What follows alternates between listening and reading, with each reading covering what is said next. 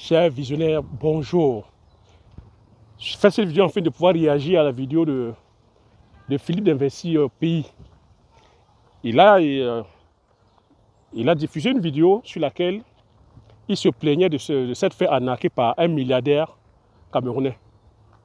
Tu sais bien qui est Philippe d'Investir au pays. Donc et tu connais les activités que Philippe d'Investir au pays fait en Afrique. Donc il fait sur l'élevage de poulets, et voilà, il est aussi dans le domaine agricole. Donc Philippe, je fais cette vidéo afin de pouvoir réagir, de pouvoir aussi apporter ma modeste contribution parce que tu as fait la vidéo et derrière tu as demandé quelles sont les possibilités, quelles sont les solutions aussi qu'on pouvait te préconiser. Mais il se trouve aussi que c'est un coup du hasard. J'ai fait aussi une vidéo aujourd'hui où j'expliquais voilà, sur la vidéo comment tu as dit que réussit l'élevage de poulets en Afrique. Comment réussir l'élevage de poulets de chair. Les erreurs à éviter. Lorsqu'on veut se lancer dans l'élevage de poulets. Vous savez bien que sur la chaîne, voilà, je fais la valorisation, je fais la vulgarisation des produits du terroir africain. Je suis ici justement, je valorise les produits, voilà, que ce soit nos races locales, animaux locaux, et les végétaux, locaux. Donc, j'ai fait aussi une vidéo parce que je sais que nous sommes beaucoup d'Africains sont portés sur l'élevage de chair, beaucoup plus par rapport à la rentabilité. Parce que la rentabilité, c'est-à-dire parce qu'il y a un gain de temps, c'est-à-dire que ça entre en production en 45 jours, parce que derrière aussi, on vend la rentabilité de 25 à 35%. Je suis assez critique à chaque fois que je parle de la rentabilité. Donc j'ai fait la vidéo comment réussir l'élevage de poulet de chair. Allez regarder cette vidéo-là. Je vais même aussi mettre le titre sous la barre de description. Et je vais vous demander d'aller regarder, après cette vidéo, allez regarder cette vidéo-là, où j'explique en long, en large, en travers, tous les différents challenges. Je donne des stratégies parce que réussir l'élevage ou réussir le business, c'est une question de stratégie. Philippe, tu as expliqué sur la vidéo comme quoi tu fais l'élevage. Moi, la question que j'avais posée, c'est quel est le nombre de poulets que tu élèves? Tu fais une bande de combien? De 2000, de 3000, de 5000, de 10 000. Tu as essayé comme ça de diversifier. Tu as bien expliqué ta diversification que tu vendais aux hypermarchés, à plusieurs hypermarchés, que tu vendais aux restaurateurs, au restaurant, que tu vendais aussi aux hôtels. Et que toi-même, tu as dit qu'avec la stratégie que tu as, moi, la stratégie que je plébiscite, c'est ton point de vente, le goût du pays, là où tu fais de la braise. Moi, cette stratégie, c'est la stratégie que je plébiscite et que je loue et que j'encourage, même que je demande à beaucoup de petits producteurs de pratiquer, quoi. Donc, avec autant de stratégies, avec autant de points de vente, moi, je suis plutôt tenté à te demander combien de poulets tu élèves et comment tu n'arrives pas à écouler tous tes poulets alors que tu livres à beaucoup d'hypermarchés. Et je sais que les hypermarchés, voilà, en termes de bons de commande, sont capables de prendre 5 000, 10 000, 20 000. Et moi, la question que j'aimerais te poser aussi maintenant, parce que je parle encore ici stratégie, le but de la vidéo, pendant que je réponds à Philippe, je sais que Philippe connaît certaines de ces stratégies, mais c'est beaucoup plus pour aider la communauté. Je loue vraiment ton honnêteté, Philippe, d'avoir mis, tu es un entrepreneur, tu es face à une difficulté, tu mets à la place publique. Beaucoup auraient fait l'omerta, beaucoup auraient caché. L'un n'est plus à cacher les choses. On se doit, aujourd'hui, on se doit d'éduquer la population, on se doit d'aider les personnes, d'apporter autant d'éléments de réponse aux personnes qui aimeraient aussi venir comme ça investir sur ces domaines-là. Donc, la question maintenant que moi j'aimerais poser, c'est parce que en allant aussi remettre les poulets, en allant vendre aux hypermarchés, est-ce que tu t'en sors, Philippe, sur le plan de tes marges? Parce qu'on sait que l'alimentation, ça coûte cher. Ce n'est pas nous qui les produisons. On sait qu'il y a les différents intrants qui sont les vaccins, je veux dire, le coût du bâtiment, le coût du personnel, je veux dire, les différentes vitamines et tout ça, l'eau, je veux dire, les charges en général, ça nous revient cher parce que nous sommes dépendants de A à Z en ce qui concerne l'élevage de poulet de chair. C'est pour ça qu'à chaque fois, je suis un peu assez critique en disant que si on n'est pas organisé, on va se rendre compte qu'on s'est en train de produire, mais tout l'argent c'est en train d'aller plutôt sur les charges. Donc, quand toi, tu vas livrer aux grandes enseignes, aux hypermarchés, on sait aussi très bien que les hypermarchés viennent aussi avec les poulets tels que venus de l'Occident. Est-ce que tu es compétitif? Est-ce que tu conseillerais aux petits producteurs, ceux qui font 2000, 3000 poulets, d'aller déposer aux hypermarchés? Tu as aussi expliqué que dans les hypermarchés, ils ont leurs contraintes. Il faut te dire que tu es payé au bout de 30 jours. Certains peuvent même aller à 60 jours. Des fois, même c'est 90 jours. Est-ce que c'est un modèle qu'on peut conseiller aux petits producteurs? Mais tu as bien expliqué que toi, tu le fais parce que tu as de la trésorerie. C'est honnête de ta part de signaler ça. Donc, ce n'est pas une stratégie que beaucoup de personnes peuvent adopter.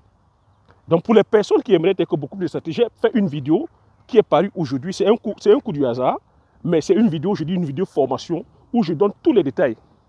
Parce que ça, ce que Philippe est en train de vivre, c'est ce que beaucoup de personnes vivent. Quand je vous dis que beaucoup de personnes se lancent en élevage et derrière ferment, parce que derrière, il y a beaucoup d'arnaques. Parce que quand on parle ici, quand on vous dit élever 2000, élever 3000, élever 5000, vous allez les vendre à qui? Si vous n'avez pas déjà adopté une stratégie, si vous n'avez en amont, vous n'avez pas réfléchi, vous n'avez pas mis en place des stratégies pour pouvoir écouler vous-même votre production, vous ferez face aux arnaqueurs parce qu'il y a beaucoup comme ça de grossistes qui viennent avec l'étiquette de grossiste, mais qui sont plutôt des arnaqueurs. Parce qu'aujourd'hui, quand tu vas vendre ton poulet aux grossistes, ils n'ont pas pignon, ils n'ont pas des établissements, ils n'ont pas de bureaux, ils n'ont pas de locaux. Hein. Ils n'ont pas de bureaux où tu vas dire, voilà mon adresse, tu viens ici, tel jour, prends ton argent. Non. Et on ne te paye pas cash, on ne te paye pas comptant. Donc le gars, c'est le principe de bouche, par exemple. Il te dit, tu as combien? 2000, 3000, 5000. Ok, fais, je viens de prendre. Et il vient prendre, il s'en va, et il revient te donner l'argent bien après, s'il est honnête. Donc Philippe a dit ici qu'il a été victime par une famille de milliardaires. Et j'ai même envie de dire ici que Philippe, tu connais la mentalité du pays. Ce n'est pas parce qu'on est milliardaire que l'argent, ce n'est pas ça qui... Ce n'est pas une gage de crédibilité. Ce n'est pas ça qui va faire en sorte que les personnes soient honnêtes. Et si c'est une famille, tu as dit c'est une famille, on sait que c'est les parents. Les parents étaient des hommes de parole. Les parents avaient un code d'honneur. Ce qui n'est pas le cas aujourd'hui. C'est-à-dire qu'avec ces familles-là, on sait comment ça se passe aujourd'hui, comment entre eux, ils s'entre-déchirent. Moi, je dis même encore que tu iras peut-être leur donner plutôt des formations. C'est les commerçants. Tu as expliqué que la raison qu'on te donne, c'est qu'ils n'ont pas encore vendu. Ils ont vendu, mais on ne leur a pas encore donné de l'argent. Tu parles ici de restauration. Tu parles d'hôtel. Donc à l'hôtel, c'est la restauration. Ça veut dire que les gens ont déjà consommé. Donc ça explique encore leur mauvaise foi, Philippe. Je fais cette vidéo afin de pouvoir interpeller aussi les personnes qui vont se lancer.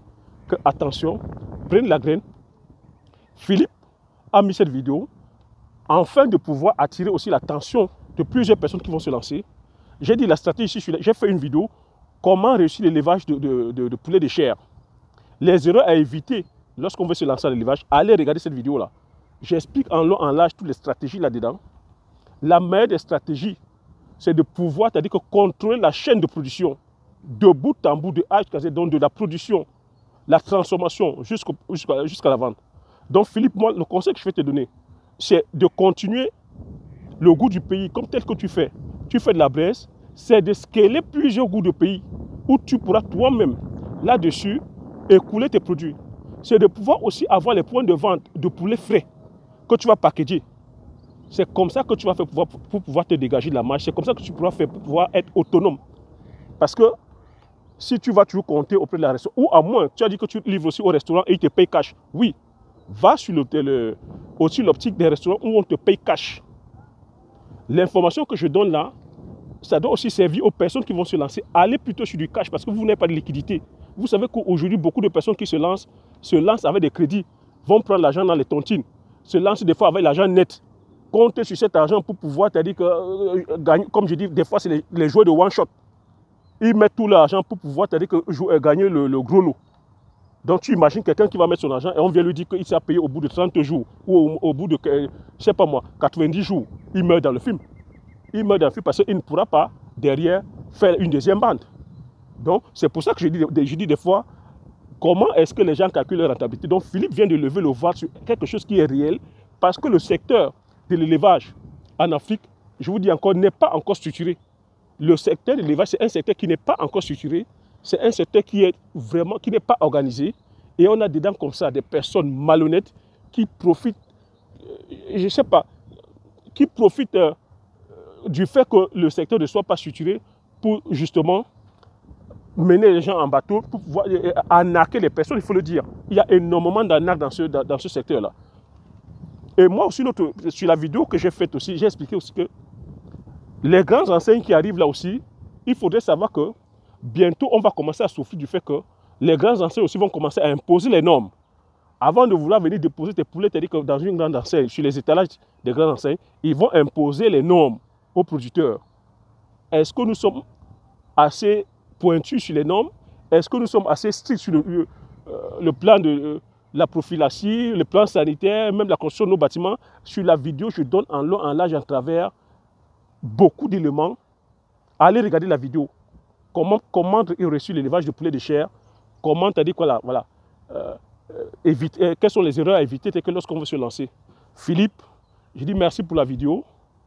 Je sais que la vidéo que tu as faite aussi, c'est enfin de pouvoir interpeller, c'est-à-dire que pouvoir aussi dire aux personnes qui vont se lancer de ne pas se lancer de façon naïve, de bien penser le business, penser correctement le business avant de vous lancer. Là-dessus, j'ai donné énormément de billes sur la vidéo. J'ai dit, il faudrait même que vous ayez vos plantations. Vous devez avoir les champs de maïs. Vous devez avoir au moins, pour commencer, même un minimum de 10 à 20 hectares où vous devez vous-même produire vos céréales, le maïs, le sorgho, le mil, le soja, afin de pouvoir être autonome. Vous devez choisir les différents modes de production, d'élevage, que ce soit l'élevage en plein air. Parce que ça aussi, ça contribue, c'est-à-dire que voilà, à alléger, c'est-à-dire que les charges. Donc vous voyez que ce que Philippe vient de dire là, vous pouvez même produire massivement et que derrière, vous ne rentrez pas dans vos frais. Et l'idéal ici, pour les personnes, pour nous qui produisons encore les bandes de 2000, 3000, 5000, c'est de contrôler sa production soi-même. De contrôler sa production soi-même, donc de produire, transformer et vendre. Donc voilà ce que j'ai à partager sur cette vidéo. Je dis encore Philippe, je te souhaite bon vent, bien des choses à toi. Je souhaite aussi que tu rentres dans des frais parce qu'il est hors de question qu'il continue à tourner.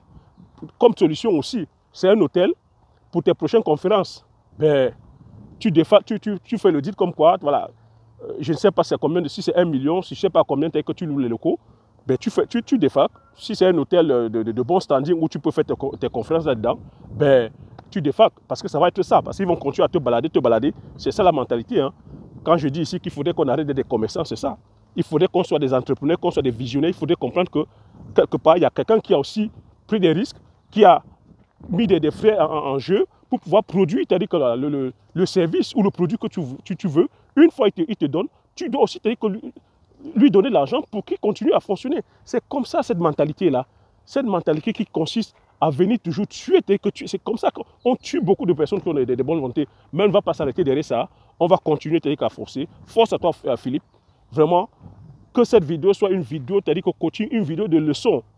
Pour que ça serve de leçon à beaucoup de personnes. N'allez pas vous lancer de façon idyllique. N'allez pas dire parce qu'ils sont millionnaires ou milliardaires. Voilà, vous avez trouvé le marché. Non.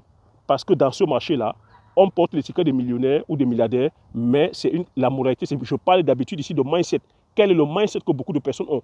Beaucoup de personnes ont ce mindset de pauvreté. Bien qu'on ait des millions, vous voyez que le milliard, ce n'est pas ça la richesse. La richesse, elle est d'abord là, mentale. La richesse, elle est d'abord là. Il y a eu plusieurs formes de richesse, j'ai coutume à vous dire. La richesse intellectuelle, la richesse spirituelle, la richesse financière, la richesse relationnelle, la richesse, je veux dire, même sur le plan du business, la richesse, la santé. Donc vous voyez que le milliard des fois, c'est que l'argent, ce n'est pas l'argent qui est gage d'honnêteté. Voilà ce que Philippe voulait nous faire comprendre sur sa vidéo, les gars. Donc voilà ce que j'ai à partager sur cette vidéo-là. Si vous avez aimé, laissez un like, hein. Laissez des commentaires. Je suis encore, à chaque fois j'entends des choses comme ça, que dépassé par le comportement de nos frères et sœurs au pays. Mais c'est ça aussi le business. Le business, il y a des hauts et des bas, c'est ça. C'est ça qui fait aussi son charme. Force à toi Philippe. Abonnez-vous pour les personnes qui ne sont pas encore abonnées. Comme j'ai coutume à dire, l'information c'est la connaissance c'est la richesse. Une fois que vous avez cette information, vous appliquez vos stratégies et vous passez à l'action massivement afin d'impacter votre vie et impacter la vie de ceux qui vous entourent. Sur ce, je vous dis merci et aux prochaines vidéos. Ciao.